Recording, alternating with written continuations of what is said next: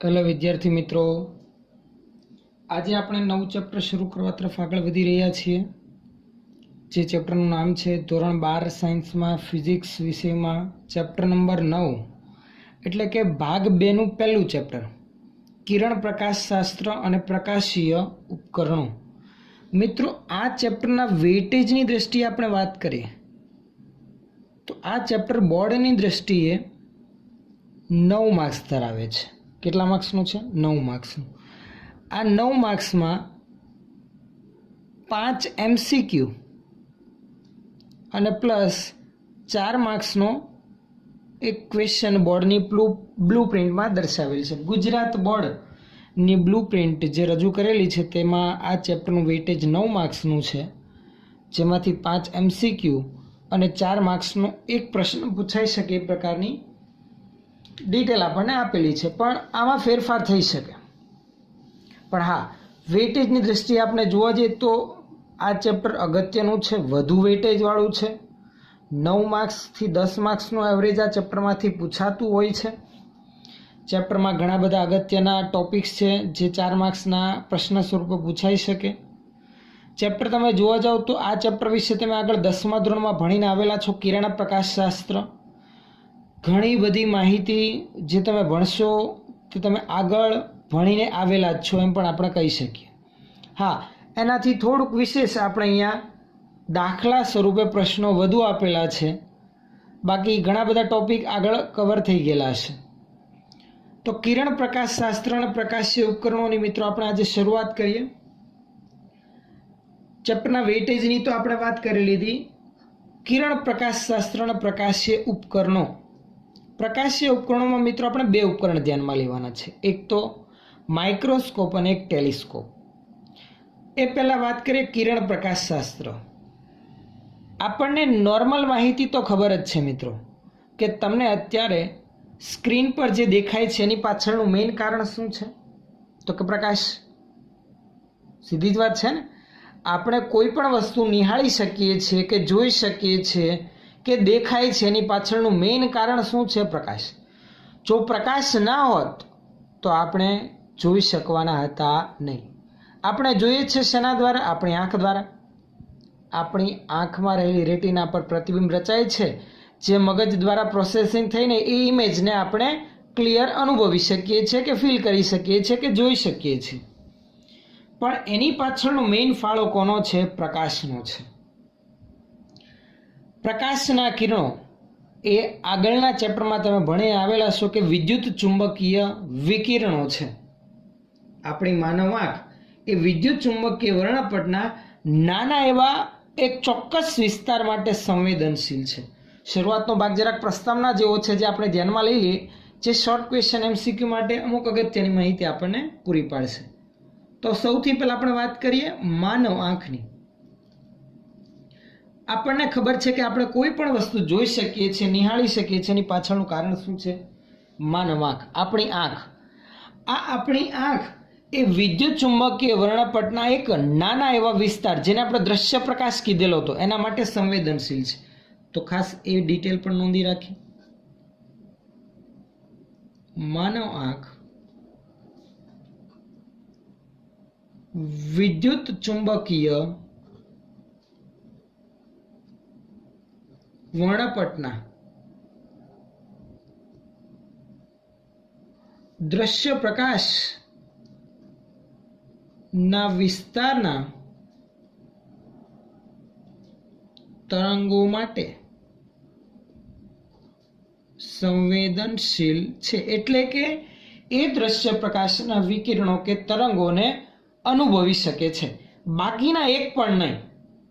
હવે એ વિદ્યુત ચુંબકીય વર્ણપટની આપણે વાત કરીએ તો એક આ પ્રમાણે હતો વિદ્યુત ચુંબકીય વર્ણપટ, જે આપણે અલગ અલગ 7 ભાગમાં ડિવાઈડ કરેલો હતો. એક શોર્ટમાં ટૂંકમાં આપણે જરાક ધ્યાનમાં લઈ લઈએ માહિતી.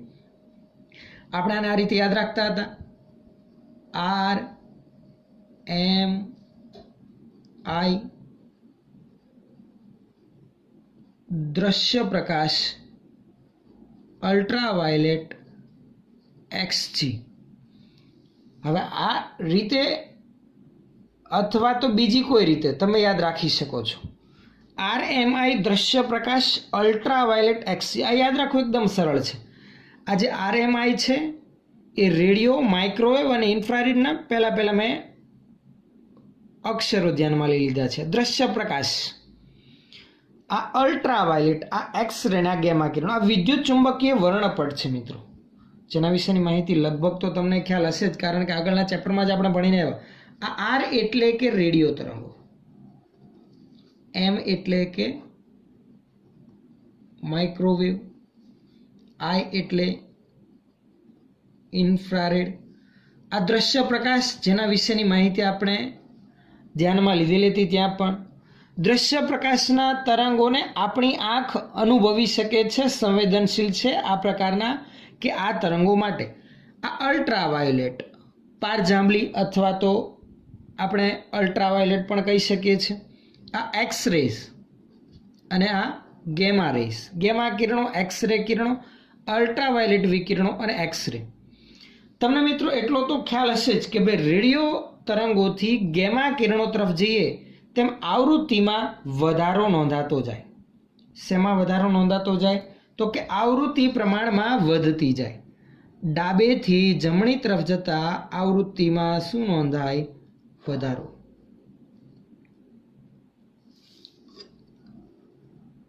એફ વધે ડાબેથી જમણી બાજુ જતા, તથા તરંગ લંબાઈ લેમ્ડાના મૂલ્યમાં શું નોંધાતો જાય? ઘટાડો નોંધાતો જાય. સૌથી મેક્સિમમ તરંગ લંબાઈ રેડિયો તરંગોની, મહત્તમ તરંગ લંબાઈ મહત્તમ તો આવૃત્તિ મિનિમમ. આ યાદ રાખવું જરાક. એ જ રીતે ગેમા કિરણો માટે તરંગ લંબાઈ ઘટતી જતા એકદમ ઓછામાં ઓછી ગેમા કિરણોની, અને આવૃત્તિ સૌથી વધુ કોની આવશે? ગેમા કિરણોની આવશે. આ બાબત ખાસ યાદ રાખવાની. આપણે તો માત્ર આ ચેપ્ટર પૂરતી દ્રશ્ય પ્રકાશના વિકિરણોની જ માહિતી ધ્યાનમાં લેવાની છે, કારણ કે આપણી માનવ આંખ માત્ર દ્રશ્ય પ્રકાશની રેન્જના જ વિકિરણો માટે સંવેદનશીલ છે.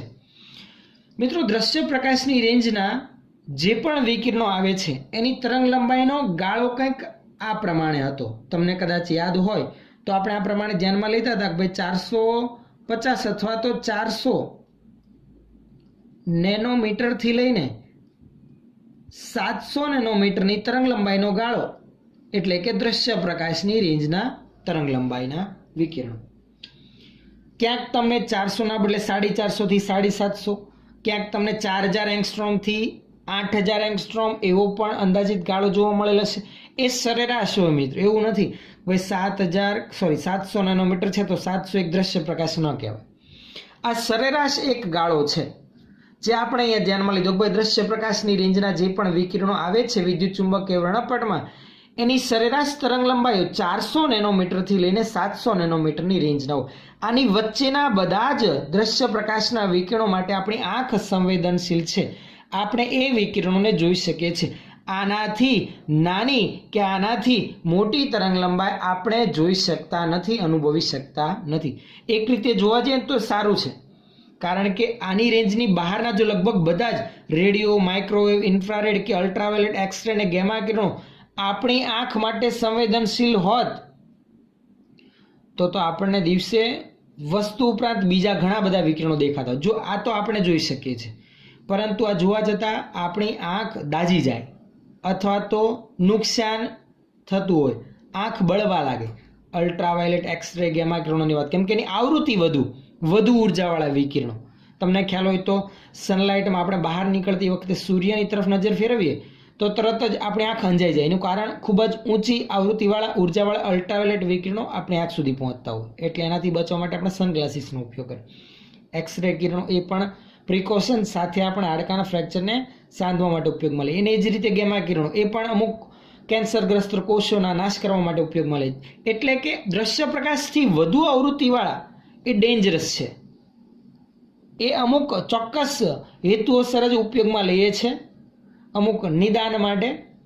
જ્યારે એનાથી નીચી આવૃત્તિવાળા છે અથવા તો કહી શકાય મોટી તરંગ લંબાઈવાળા છે એ આપણને નોર્મલ વ્યવહારમાં અમુક આપણા હેતુઓ, વાયરલેસ કમ્યુનિકેશન છે, માહિતીના સંદેશાઓને એક જગ્યા પરથી બીજી જગ્યા પર લઈ જવા માટે છે, ખોરાકને રાંધવા માટે છે, કે અમુક રેડિયો ફ્રીક્વન્સી ડિટેક્ટ કરવા માટે આપણે તૈયાર કરેલા ઉપકરણોમાં રેડિયો, માઇક્રોવેવ અને ઇન્ફ્રારેડ એવા તરંગોનો ઉપયોગ કરતા હોઈએ છીએ. તો આ હતી વાત કે ભાઈ વિદ્યુત ચુંબકીય વર્ણપટમાં આ વિસ્તાર આપણા માટે સંવેદનશીલ છે, જે છે દ્રશ્ય પ્રકાશ. એની રેન્જના જ વિકિરણો આપણી આંખ જોઈ શકે છે, અનુભવી શકે છે, જેની તરંગલંબાઈ 400 નેનોમીટરથી 700 નેનોમીટર સુધીની છે. અહીંયાથી હવે આપણે આગળ વાત કરીએ તો આ ચેપ્ટરમાં માત્ર આપણે પ્રકાશની વાત કરવાની છે. કિરણ પ્રકાશશાસ્ત્ર એટલે કે પ્રકાશનું કિરણ સ્વરૂપ. મિત્રો, પ્રકાશના કિરણો એટલે કે દ્રશ્ય પ્રકાશના વિકિરણો વિશેની માહિતી તમને ખબર જ છે કે પ્રકાશના કિરણો એ સીધી રેખામાં ગતિ કરે છે અને એની ઝડપ તો કે આપણે એના વિશે પણ આગળના ચેપ્ટરમાં ભણીને આવેલા છે કે પ્રકાશની ઝડપ શૂન્ય અવકાશમાં મેક્સિમમ 3 ગુણાકારમાં 10⁸ મીટર પ્રતિ સેકન્ડ જેટલી નોંધાય છે. પ્રકાશના વિકિરણો ખૂબ જ ઝડપી છે. કેવા છે? ખૂબ જ ઝડપી. અને એની ઝડપ કેટલી છે? તો કે ઝડપ છે 3 ગુણાકારમાં 10⁸ મીટર પ્રતિ સેકન્ડ શૂન્ય અવકાશમાં. જો કે આ મૂલ્ય 2.99 એપ્રોક્સિમેટ આગળ ડિજિટ આધારિત આવે છે, જેના રાઉન્ડ ઓફ આપણે 3 ગુણાકારમાં 10⁸ મીટર પ્રતિ સેકન્ડ જેટલી ઝડપ આપણે ધ્યાનમાં લઈએ છીએ. મિત્રો, વાત કરીએ તો આના જેટલી ઝડપ આપણે નોર્મલ વ્યવહારુ જીવનમાં હજુ સુધી મેળવી શક્યા નથી. મેક્સિમમ ઝડપ પ્રકાશની છે, જે શૂન્ય અવકાશમાં કંઈક 3 ગુણાકારમાં 10⁸ મીટર પ્રતિ સેકન્ડ જેટલી નોંધાય છે. આ પ્રકાશના વિકિરણો સીધી રેખામાં ગતિ કરે છે. પ્રકાશના વિકિરણો કેવી રેખામાં ગતિ કરે છે? સીધી રેખામાં ગતિ કરે છે. તરંગ સીધી રેખામાં ગતિ કરે છે. તરંગ હોય તો એની તરંગ લંબાઈ પણ કંઈક હોય. આપણે તરંગ સ્વરૂપ નોર્મલી આપણને ખબર છે કે ભાઈ આ પ્રમાણે હોય. આ એક પ્રકારનું તરંગ સ્વરૂપ છે. તો આ સીધી રેખામાં ક્યાંથી કહેવાય? આ તો આમ ઝિગઝેગ વાંકાચૂકી રીતે આમ કંઈક ગતિ થતી હોય એવું જણાવે છે. જો આ પ્રકાશનું કિરણ હોય, જો એ તરંગ સ્વરૂપ ધરાવતું હોય તો આ રીતે જતું. પરંતુ મિત્રો, તમે જરાક ધ્યાનથી નોંધો તો આ પ્રકાશના વિકિરણની તરંગ લંબાઈ એકદમ નાની છે. આ જો 700 નેનોમીટરનું જરાક આ રીતે ડિફાઇન કરું તો 7 ગુણાકારમાં 10⁻7 મીટર થાય. 1 મીટરની 10⁷ ભાગ જેટલી સૂક્ષ્મ તરંગ લંબાઈ ધરાવે છે. એટલે આજે આપણને વળાંક કે શેપ તરંગ જેવો દર્શાવેલો છે એ ઉદાહરણ સ્વરૂપે છે. હકીકતમાં તો એકદમ સીધી લીટી હોય ને તો પણ આપણને ખ્યાલ આવે કે ભાઈ તરંગ સ્વરૂપ છે કે સીધી રેખા છે. એટલી ટૂંકી તરંગ લંબાઈ ધરાવે છે. નોર્મલ સેન્ટીમીટરની દ્રષ્ટિએ વાત કરીએ તો એના કરતાં તો ઘણી. 1 મિલીમીટરની વાત કરીએ તો 1 મિલીમીટર જેટલું અંતર એકદમ નાનું થાય. 10⁻3. આ તો 10⁻7 મીટર છે. એટલે કે 1 મિલીમીટરનો 1000મો ભાગ, 10,000મો ભાગ એટલી ટૂંકી તરંગ લંબાઈ ધરાવે છે. એટલે ગતિ દરમિયાન એ સીધી રેખામાં ગતિ કરતું હોય એવું આપણને જણાય આવે છે. ટૂંકમાં પ્રકાશની તરંગ લંબાઈ ખૂબ જ નાની છે. આથી ગતિ દરમિયાન શરૂઆતથી લઈને અંત ભાગ સુધી જોડતી રેખાને આપણે એ પ્રકાશના કિરણનો ગતિમાર્ગ કહી શકીએ. કહી શકાય કે ના કહી શકાય? તો કે આપણે એક અગત્યની બાબત એ પણ નોંધતા જઈએ કે પ્રકાશના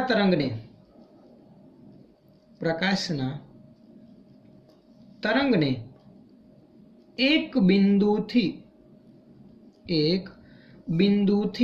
બીજા બિંદુ સુધી જોડતા રચાતા સુરેખ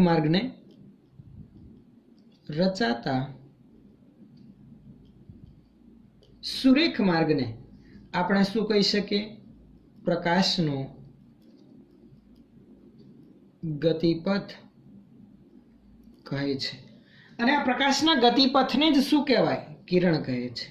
ખાસ એ કિરણની વ્યાખ્યા સ્વરૂપે આપણે ધ્યાનમાં લઈ શકીએ.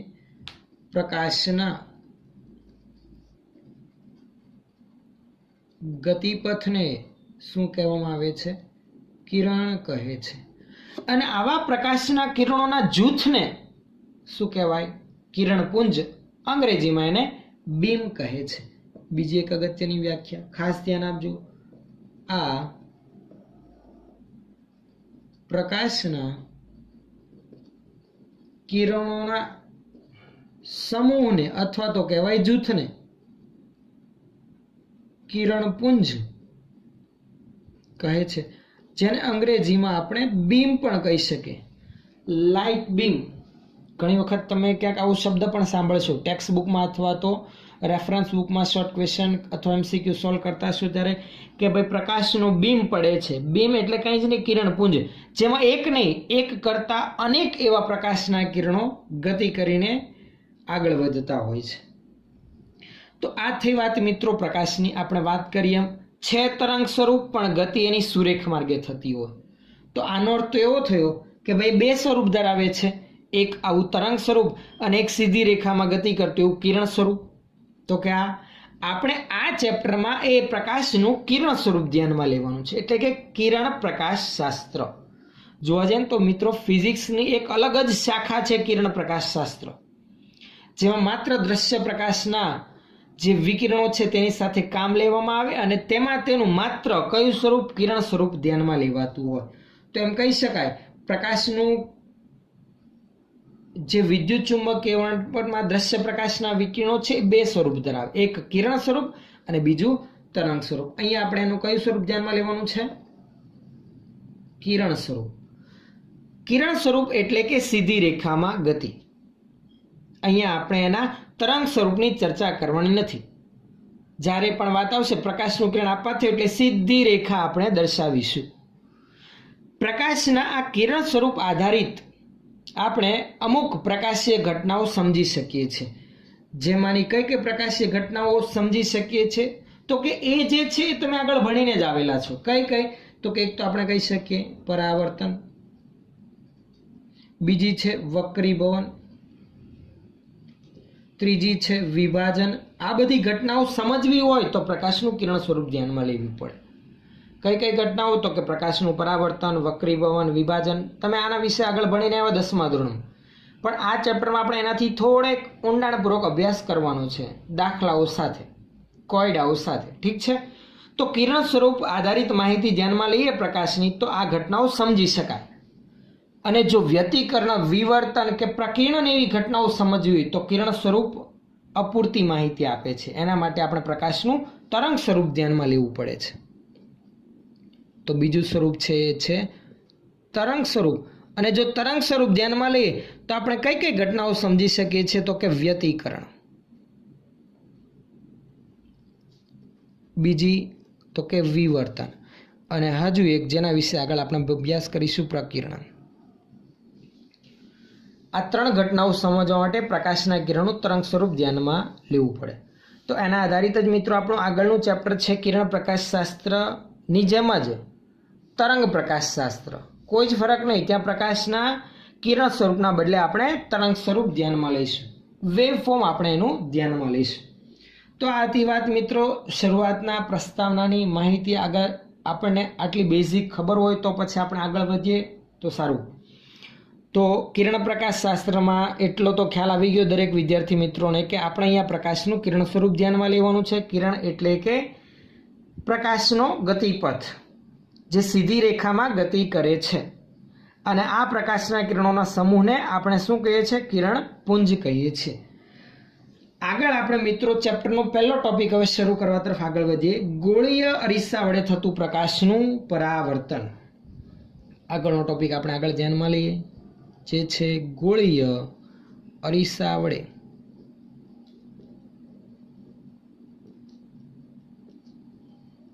થતું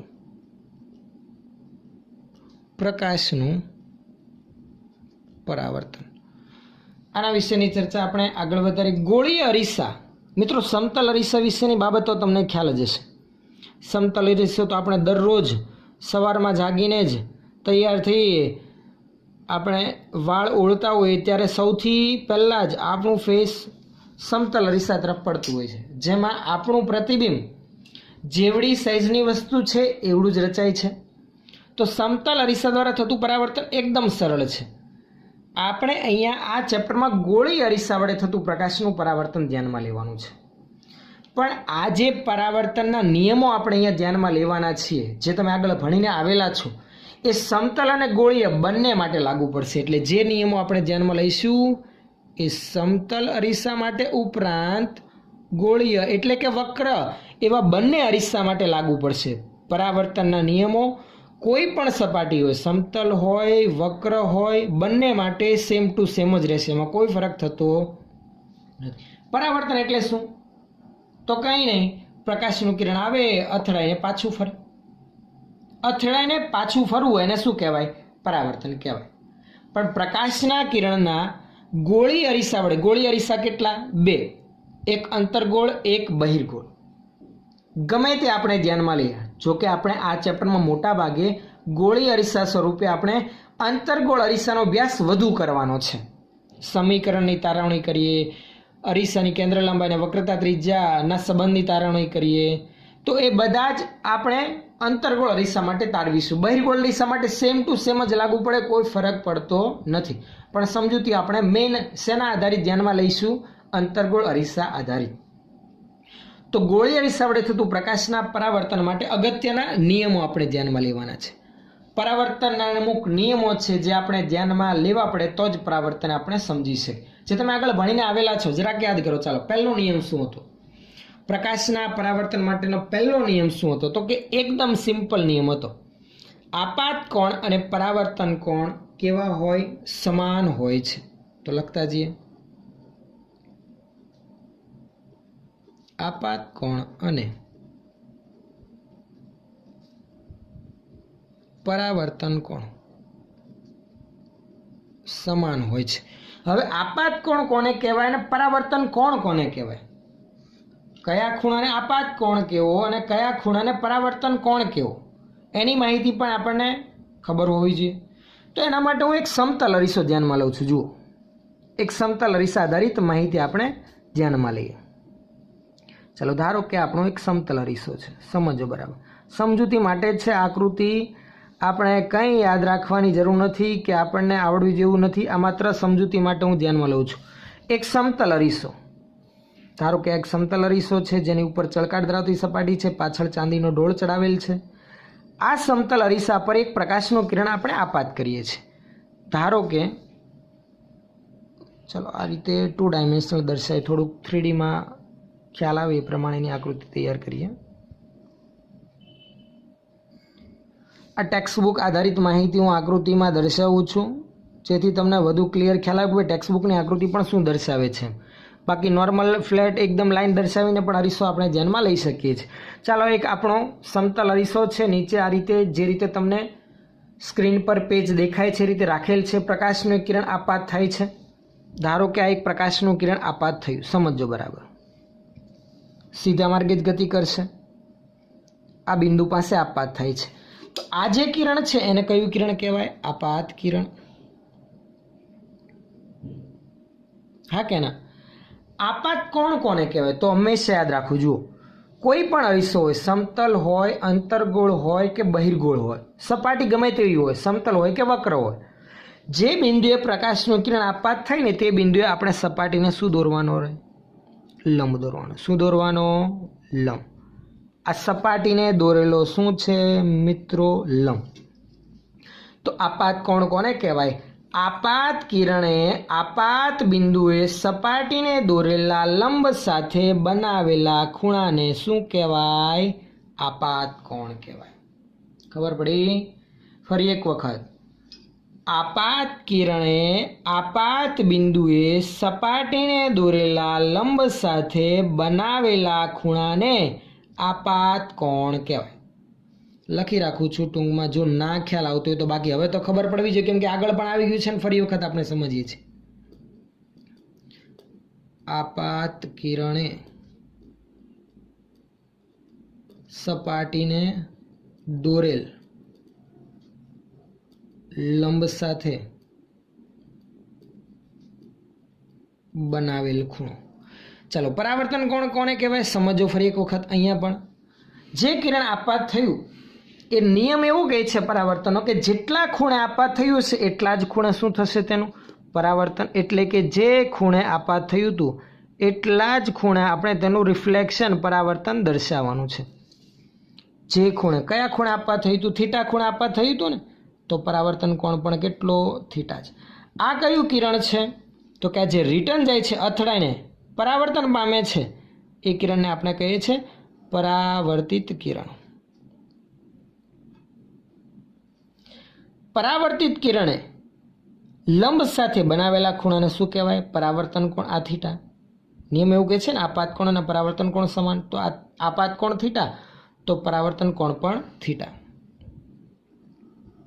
પરાવર્તિત કિરણે લખતા જઈએ. પરાવર્તિત કિરણે લંબ સાથે બનાવેલ કોણ એટલે કે કયો ખૂણો? પરાવર્તન કોણ, જે બંને સમાન જ હોય. આ સમતલ સપાટી માટે આપણે માહિતી ધ્યાનમાં લીધી. બાકી વક્ર સપાટી માટે આપણે ધ્યાનમાં લેવી હોય તો કંઈક આપણે આ રીતે રજૂ કરી શકીએ. જુઓ, એની પણ એક આકૃતિ દર્શાવી રાખું છું જે તમને ખબર હશે છતાં પણ, કેમ કે અમુક વિદ્યાર્થીઓને હજુ આપાત કોણ અને પરાવર્તન કોણ કોને કહેવાય નથી ખ્યાલ હોતો. તો બેટા એ તો એકદમ સિમ્પલ વસ્તુ છે. ધારો કે અંતર્ગોળ અરીસો આપણે ધ્યાનમાં લીધો. આ પાછળ ચાંદીનો ડોળ ચડાવેલ છે, બરાબર. ચળકાટ ધરાવતી સપાટી આમ આગળ છે. આ મુખ્ય અક્ષ. ચલો, આ એક પ્રકાશનું કિરણ આપાત થાય છે ધારો કે, એવું આપણે ધ્યાનમાં લઈએ. આપાત કિરણ છે. આ આપાત બિંદુએ સપાટીને લંબ દોર્યો, એની સાથે બનાવેલો ખૂણો એટલે કે આપાત કોણ થીટા. હવે પરાવર્તન કોણ પણ એટલો જ હોવો જોઈએ. તો એ રીતે પરાવર્તન કોણ હું અહીંયા દર્શાવી દઉં છું. જે ખૂણે આપાત થયું હતું એટલા જ ખૂણે પરાવર્તન થાય છે, થીટા જેટલા ખૂણે. આ પરાવર્તિત કિરણ. Okay, clear? ખ્યાલ આવે છે? તો આ તો પહેલો નિયમ. ચલો બીજો નિયમ. બીજો નિયમ શું આવે છે જરાક યાદ કરો. તો કે આપાત કિરણ, પરાવર્તિત કિરણ અને સપાટીને દોરેલો લંબ ત્રણે ત્રણ એક જ સમતલમાં હોય. અને સાથે સાથે એમ પણ કહી શકાય આપાત કિરણ અને પરાવર્તિત કિરણ લંબની સામસામેની બાજુએ હોય. આપાત કિરણ, પરાવર્તિત કિરણ અને લંબ એક જ સમતલમાં હોય તથા આપાત કિરણ અને પરાવર્તિત કિરણ લંબની સામસામેની બાજુએ હોય છે. આ કોમન નિયમ છે જે તમે આગળ ભણીને આવેલા છો, છતાં આપણે રિવાઇઝ કરવું, યાદ રાખવું અગત્યનું છે. ચલો, આ બે અગત્યના નિયમ પરાવર્તન માટેના ગોળી અરીસા વડે થતું પ્રકાશનું પરાવર્તન જે આપણે ધ્યાનમાં લીધું એના માટેના બે અગત્યના નિયમો કે આપાત કોણ અને પરાવર્તન કોણ હંમેશા સમાન હોય. આપાત કિરણ, પરાવર્તિત કિરણ અને લંબ એક જ સમતલમાં હોય તથા આપાત કિરણ અને પરાવર્તિત કિરણ લંબની સામસામેની બાજુ. એક જ સમતલમાં એટલે કે આ ત્રણેયને સમાવતું એક જ સમતલ બનતું હોય. આ રીતે એક જ પ્લેનમાં. એવું નહીં કે ભાઈ આપાત કિરણ આ સમતલમાં આવ્યું, પરાવર્તિત કિરણ આમ ઉપર જતું હોય. એવું ક્યારેય પોસિબલ બનશે નહીં. એ ત્રણેયને સમાવતું એક સમતલ જ હશે. હવે અહીંયાથી આપણે આગળ વધીએ તો અમુક પરાવર્તનના નિયમો ધ્યાનમાં લીધા પછી આપણે બીજી વક્ર સપાટી કે જે અંતર્ગોળ છે કે બહિર્ગોળ છે એવા અરીસાઓ માટે અમુક અગત્યની માહિતી ધ્યાનમાં લેવી જરૂરી છે કે એનું મુખ્ય કેન્દ્ર કોને કહેવાય, વક્રતા કેન્દ્ર કોને કહેવાય, વક્રતા ત્રિજ્યા કોને કહેવાય, કેન્દ્ર લંબાઈ કોને કહેવાય, ધ્રુવ કોને કહેવાય, તેના વિશેની ચર્ચા આપણે આગળ વધારીએ. તો મિત્રો, અરીસાના મુખ્ય કેન્દ્ર, વક્રતા કેન્દ્ર, વક્રતા ત્રિજ્યા, ધ્રુવ કોને કહેવાય એ બધી માહિતી ધ્યાનમાં લેવા માટે એક આકૃતિ આપણે ધ્યાનમાં લઈએ તો તમને સમજવામાં પણ વધુ સરળતા રહેશે. તેના આધારિત આપણે સમજૂતી ધ્યાનમાં લઈએ. તો એક આકૃતિ હું જરાક અહીંયા દર્શાવી રાખું છું તમારી સામે સ્ક્રીન પર. એક ગોળો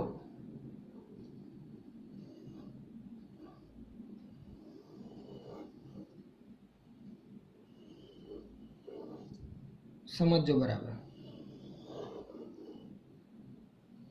એક કાચનો ગોળો, આ તેનું કેન્દ્ર છે. આ કાચના બનેલા ગોળા ની જો બહારના ભાગમાં ચાંદીનો એક ઢોળ ચડાવેલો હોય, ધારો કે બહારના ભાગમાં આપણે ચાંદીનો ઢોળ ચડાવેલ છે આટલા વિસ્તારમાં, કે આ ભાગમાં બહારના ભાગમાં ચાંદીનો ઢોળ ધારો કે જો બહારના ભાગમાં ચડાવેલો હોય,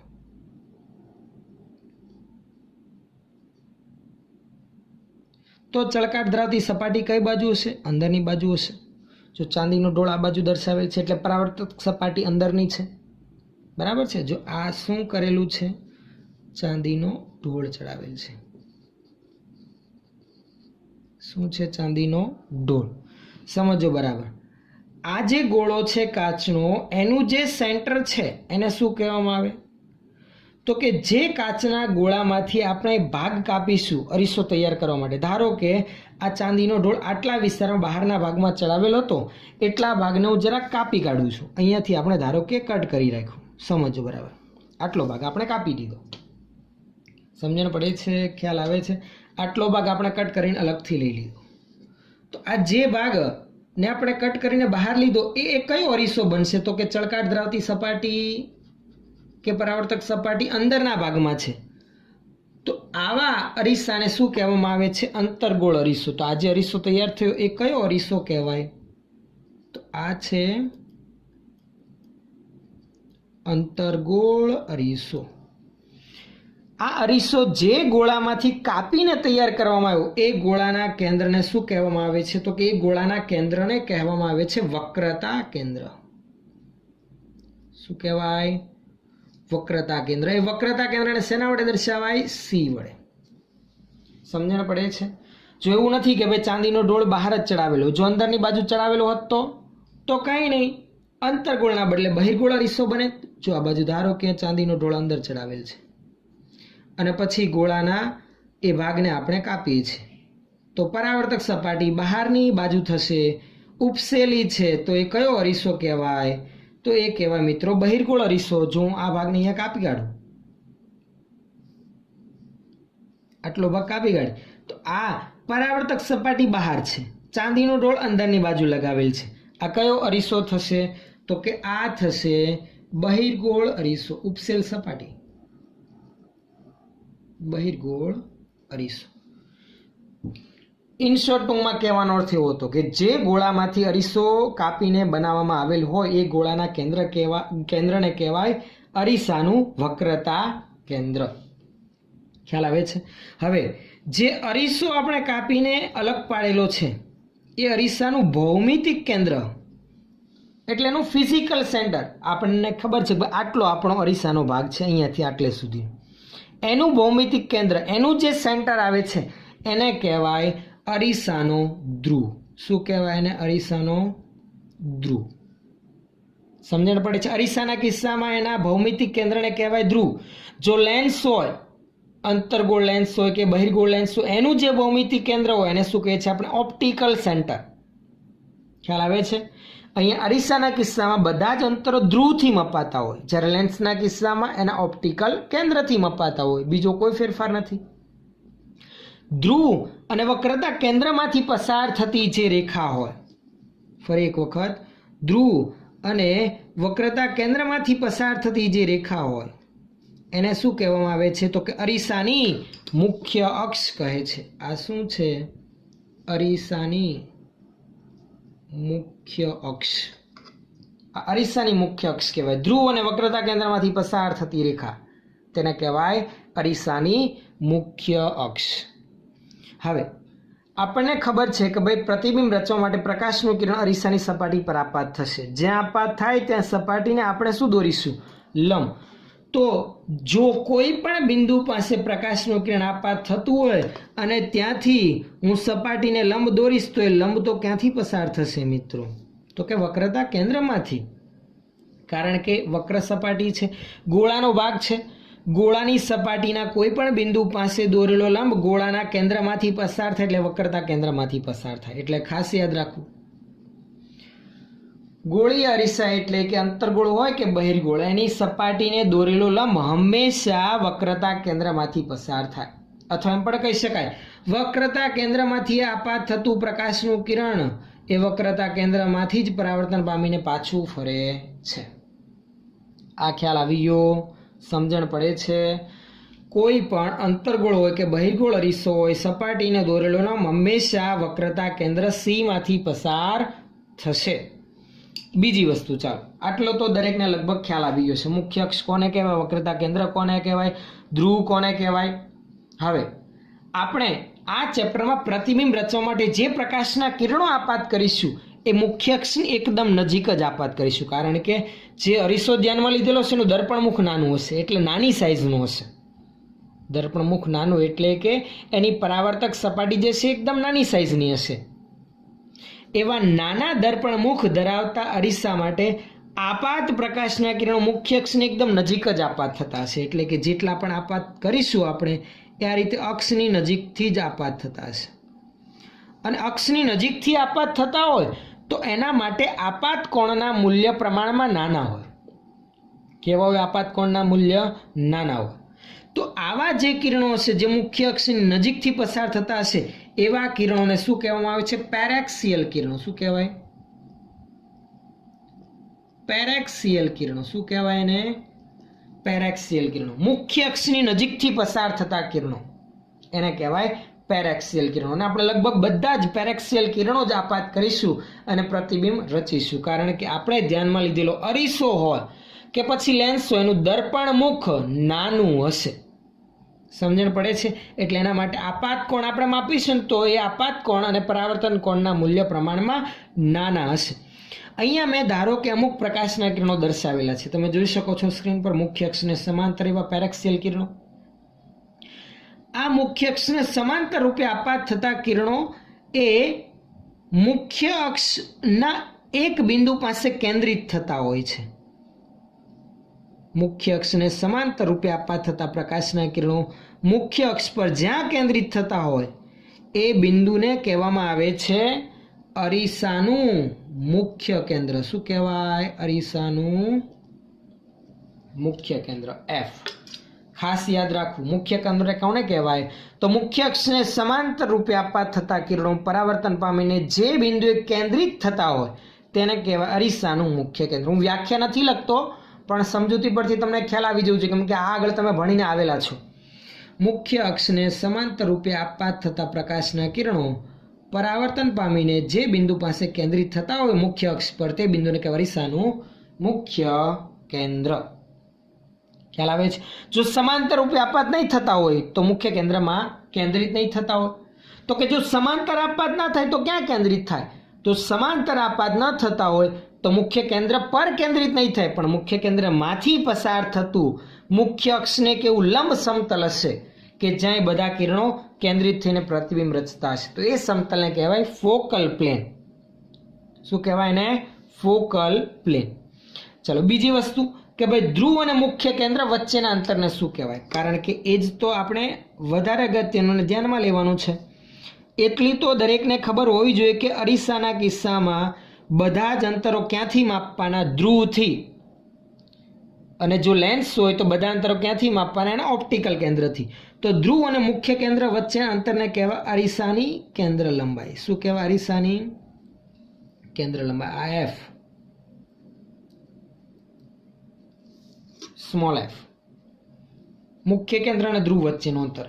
એ જ રીતે વક્રતા કેન્દ્ર સી અને ધ્રુવ વચ્ચેના અંતરને શું કહેવાય? તો વક્રતા ત્રિજ્યા આર. શું કહેવાય? વક્રતા ત્રિજ્યા આર. જે એકદમ સરળ છે માપવી.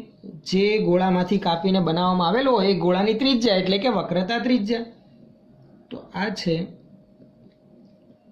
વક્રતા ત્રિજ્યા અરીસાની, જેને કેપિટલ આર વડે દર્શાવીશું.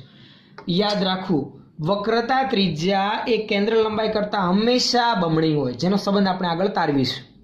આટલામાં દરેક વિદ્યાર્થી મિત્રોને ખ્યાલ આવે છે. જે માહિતી આપણે અંતર્ગોળ અરીસા માટે ધ્યાનમાં લઈએ છીએ એની એ જ બહિર્ગોળ અરીસા માટે પણ સંપૂર્ણપણે સાચી છે. કોઈ ફેરફાર નથી.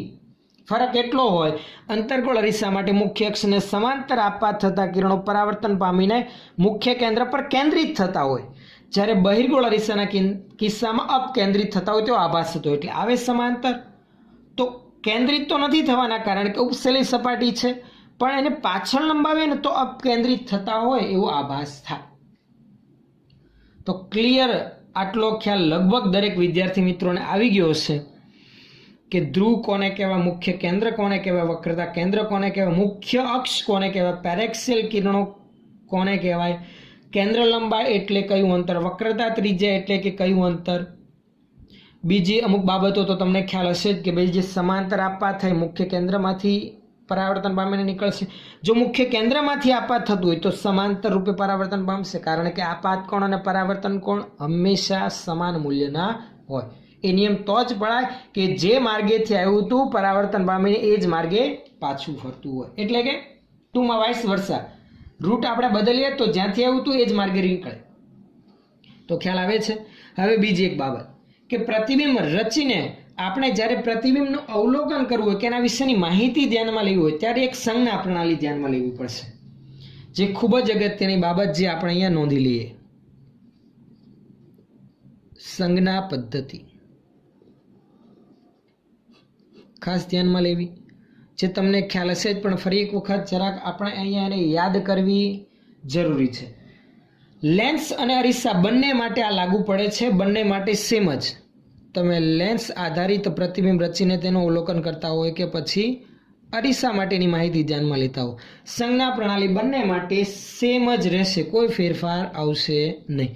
શું છે સંજ્ઞા પદ્ધતિ? ક્યાંક સંજ્ઞા પદ્ધતિ લખેલું છે, ક્યાંક કાર્ટેશિયન સંજ્ઞા પદ્ધતિ લખેલું હશે. મિત્રો બધું એકનો એક જ છે.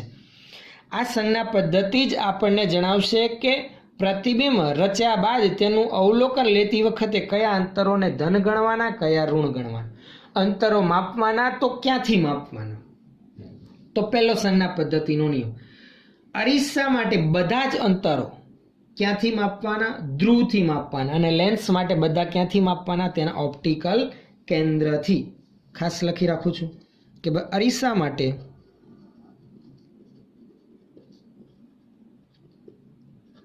બધા જ અંતરો એટલે કે વસ્તુ અંતર હોય, પ્રતિબિંબ અંતર હોય, વક્રતા ત્રિજ્યા હોય કે કેન્દ્ર લંબાઈ હોય, એ 4 અંતરો. અરીસા માટે બધા જ અંતરો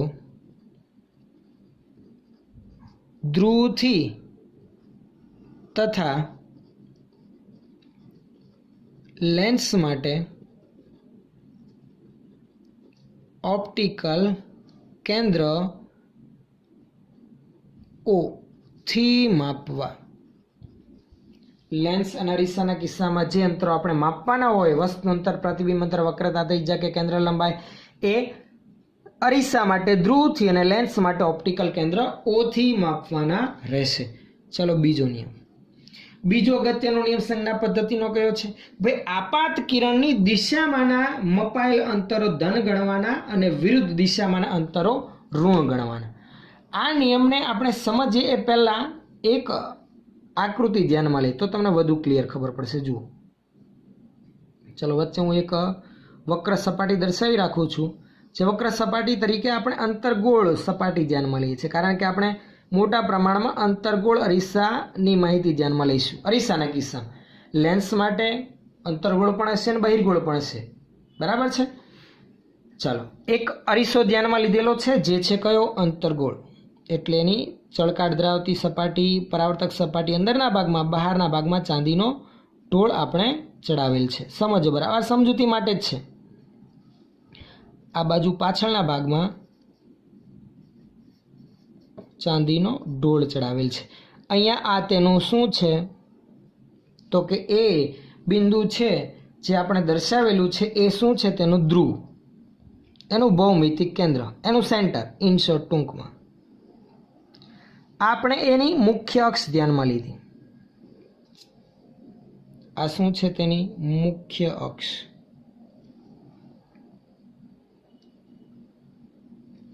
અહીંયા છે તેનું ધ્રુવ. સમજો, બધા અંતરો ધ્રુવથી માપવાના. એટલે જો વસ્તુ અહીંયા મૂકેલી હોય, ધારો કે પેન આપણે અહીંયા છે, તો પેનનું વસ્તુ અંતર કેટલું? તો કે ધ્રુવથી અહીંયા સુધીનું અંતર એ વસ્તુ અંતર. પ્રતિબિંબ જ્યાં રચાતું હોય તે પ્રતિબિંબનું અંતર પણ ધ્રુવથી જ માપવાનું. બરાબર છે? કહેવાનો અર્થ એવો. અને જો આ અરીસાના બદલે લેન્સ હોય તો તેના ઓપ્ટિકલ કેન્દ્રથી અંતર માપવાનું. બીજો કોઈ ફેરફાર નથી. તો ક્લિયર? આટલામાં દરેકને ખ્યાલ આવે છે? ચલો આગળ, બીજો નિયમ, આપાત કિરણની દિશામાંના મપાયેલા અંતરો ધન અને વિરુદ્ધ દિશાના અંતરોને કેવા ગણવાના? ઋણ ગણવાના. લખી રાખું છું. આપાત કિરણની દિશામાંના અંતરો ધન તથા વિરુદ્ધ દિશામાંના અંતરો ઋણ ગણવા. આપાત કિરણની દિશામાંના અંતરો ધન અને વિરુદ્ધ દિશામાંના અંતરો ઋણ ગણવા. આ કઈ રીતે, આ શું કહેવા માંગે છે? તો જો ધારો કે વસ્તુ અહીંયા છે, સમજો ઉદાહરણ તરીકે આપણી વસ્તુ અહીંયા છે એવું આપણે માની લઈએ, આ આપણી વસ્તુ છે. તો પ્રકાશના કિરણો આ બાજુથી જ આવશે પ્રતિબિંબ રચવા માટે. તો એક પ્રકાશનું કિરણ ધારો કે આવે છે, સમજજો પ્રકાશનું કિરણ આ બાજુથી આવે છે, તો ધ્રુવની એ આપાત કિરણની દિશાનું અંતર થાય આ બાજુ, જે ધન ગણવાનું, અને એની વિરુદ્ધ દિશાનું અંતર એટલે આ, તેને ઋણ ગણવાનું. જો આ આપાત કિરણની દિશા થઈ, આ તેની વિરુદ્ધ દિશા થઈ, તો આ બાજુના અંતરો જે હોય એ કેવા ગણવાના? ધન ગણવાના. અને એની વિરુદ્ધ દિશાના, આપાત કિરણની વિરુદ્ધ દિશાના અંતરો હોય એને કેવા ગણવાના? ઋણ ગણવાના. સમજણ પડે છે? આ આપાત કિરણ લખી રાખો, ચાલો, એટલે તમને વધુ ખ્યાલ આવે. આપાત કિરણની દિશામાંના અંતરો ધન, વિરુદ્ધ દિશામાંના અંતરો ઋણ. જો પ્રકાશનું કિરણ આ બાજુથી આપાત થતું હોય તો ધ્રુવની ડાબી બાજુના અંતરો ધન ગણવાના અને જમણી બાજુના અંતરો કેવા ગણવાના આવશે? ઋણ, કારણ કે આપાત કિરણની વિરુદ્ધ દિશાના થાય. સમજણ પડે છે? ચાલો, 2 પછી આગળ ત્રીજો અને અગત્યનો નિયમ, જે શું આવશે? તો જે આપણે મુખ્ય અક્ષ ધ્યાનમાં લીધી, ધારો કે મુખ્ય અક્ષને આપણે એક્સ અક્ષ કહીએ, તો એ મુખ્ય અક્ષની ઉપર તરફની જે ઊંચાઈ, કારણ કે વસ્તુ આપણે રાખેલી છે, તો વસ્તુની ઊંચાઈ અને એના આધારિત પ્રતિબિંબની ઊંચાઈ, મોટવણીની માહિતી ધ્યાનમાં લેતી વખતે આપણે ધ્યાનમાં લેવી પડશે. તો એ જે ઊંચાઈઓ છે એ કઈ ધન ગણવાની અને કઈ ઋણ ગણવાની? તો મુખ્ય અક્ષની ઉપર તરફની જે ઊંચાઈ હોય એને ધન ગણવાની, અને મુખ્ય અક્ષની નીચે તરફની જે ઊંચાઈ હોય એને કેવી ગણવાની? ઋણ. આ ઉપર અને મુખ્ય અક્ષની નીચે તરફની ઊંચાઈ હોય, આની જે હાઈટ આપણે માપી એ ઋણ ગણવાની, અને ઉપરની જે હાઈટ માપી એ ધન ગણવાની, કારણ કે મુખ્ય અક્ષની ઉપર છે. તો લખી રાખીએ, મુખ્ય અક્ષ ની ઉપર તરફની ઊંચાઈઓ ધન તથા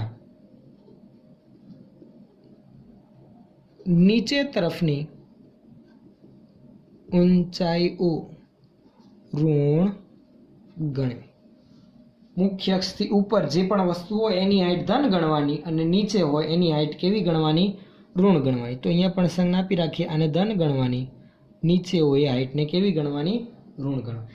આ સંજ્ઞા પ્રણાલી હંમેશા ધ્યાનમાં લેવાની રહેશે. કોઈ પણ લેન્સ હોય કે અરીસો હોય, કોઈ પણ, એટલે અંતર્ગોળ હોય, બહિર્ગોળ હોય, અંતર્ગોળ બહિર્ગોળ બંને મિક્સ હોય એવા પણ અરીસાઓ, એવા પણ લેન્સ આગળ ધ્યાનમાં લેવાના આવશે. જો કે આપણા 12મા ધોરણના લેવલે એ બધી ચર્ચાઓ નહીં આવે, પણ કોઈ પણ અરીસો કે લેન્સ હોય, અંતર્ગોળ હોય કે બહિર્ગોળ, એના માટે સંજ્ઞા પ્રણાલી કે સંજ્ઞા પદ્ધતિમાં કોઈ ફેરફાર થશે નહીં. આ જ પ્રમાણે આપણે અંતરો ધ્યાનમાં લેવાના, માપવાના. બધા ધ્રુવથી આપાત કિરણની દિશામાંના ધન, વિરુદ્ધ દિશામાંના ઋણ ગણવાના. મુખ્ય અક્ષની ઉપરની ઊંચાઈઓ ધન ગણવાની, તો નીચેની ઊંચાઈઓ ઋણ ગણવાની. That's it. આટલું ખાસ મગજમાં ઉતારી રાખવાનું. ચલો, આટલે સુધી ક્લિયર ખ્યાલ આવ્યો? તો મિત્રો, આજના જે વિડીયો લેક્ચરમાં આપણે ભણ્યા એમાં બેઝિક માહિતી બધી ધ્યાનમાં લીધી. પરાવર્તનના નિયમો, પ્રતિબિંબ રચાય તો એના અવલોકન માટે કઈ રીતે કયા અંતરો ધન ગણવાના, કયા ઋણ ગણવાના, એવી સંજ્ઞા પ્રણાલી, મુખ્ય કેન્દ્ર કોને કહેવાય, વક્રતા કેન્દ્ર કોને કહેવાય, ધ્રુવ કોને કહેવાય, મુખ્ય અક્ષ કોને કહેવાય, કેન્દ્ર લંબાઈ એટલે કયું અંતર, વક્રતા ત્રિજ્યા એટલે કે કયું અંતર. આ બધી બાબતો બેઝિક છે, આ તમને ખબર હોવી જોઈએ. નેક્સ્ટ જ્યારે આપણે પાછા મળીશું ત્યારે મુખ્ય કેન્દ્ર આધારિત, મુખ્ય કેન્દ્રથી ધ્રુવ સુધીનો અંતર એવું કેન્દ્ર લંબાઈ, અને વક્રતા કેન્દ્રથી ધ્રુવ સુધીનો અંતર એવું વક્રતા ત્રિજ્યા વચ્ચેનો સંબંધ આપણે ધ્યાનમાં લઈશું. જે તમને ખબર જ છે કે અહીં r બરાબર 2f જ છે, પણ આ સંબંધ આપણે તારવવાનો છે. જે નેક્સ્ટ વિડીયો લેક્ચરમાં આપણે આના વિશેની માહિતી ધ્યાનમાં લઈશું. ઓકે.